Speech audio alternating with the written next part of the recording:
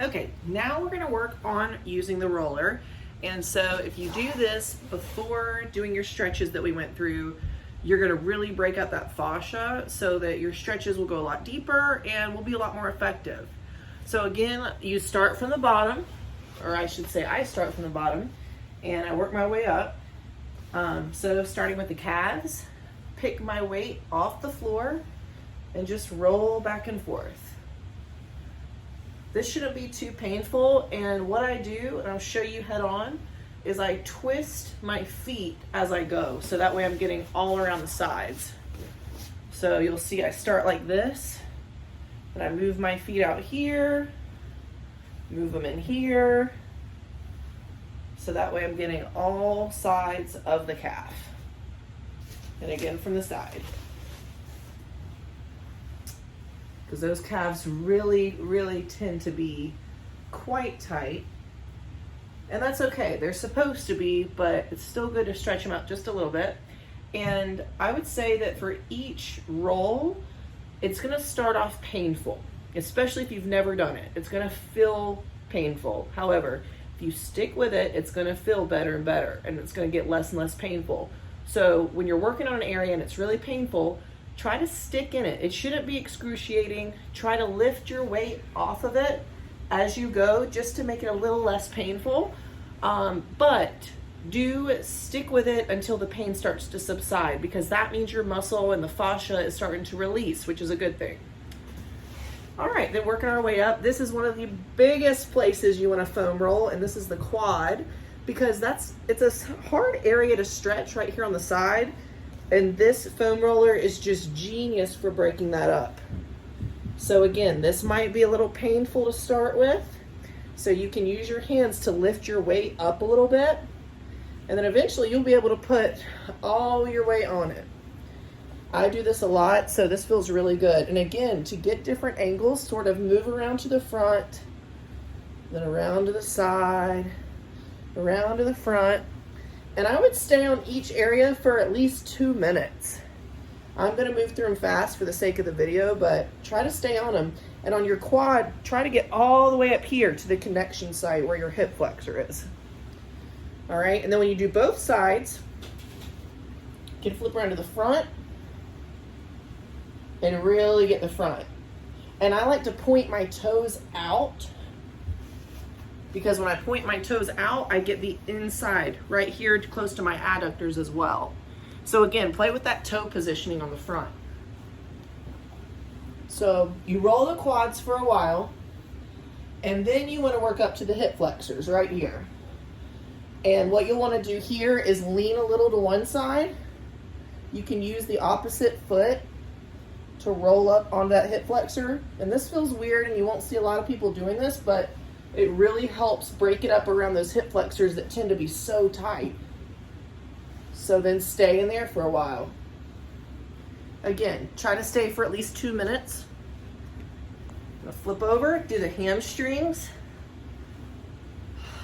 These tend to get really tight, so this is a really good one.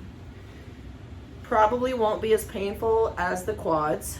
And if you wanna make it a little more intense, you can cross your leg over so that all the weight's on one side. And I even like lean forward a little bit just to make it a little more intense, to really get in there. Once you do both sides, you want to continue working up to the glutes. So this is where it gets a little tricky, because you want to relax, but you also need to move your legs to get the rolling motion. So if you do one at a time, that might be ideal. And just go all the way over the glute. Make sure you're not missing an area, because it's really easy just to stay right here, or maybe just right here. But you want to really make sure you do it all the way from your hamstring glute tie-in to the top up here at your abductors. So do that each side, and then it really gets fun. So then you're going to roll to your lower back.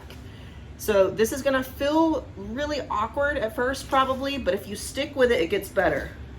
A chiropractor taught me this. So you're gonna grab your legs, you curl your back just a little bit. For your lower back, you wanna get those rhomboids, those muscles that go up the sides of your spine. So you're gonna lean one way, using your breath, and lean the other. So this is what it looks like from behind.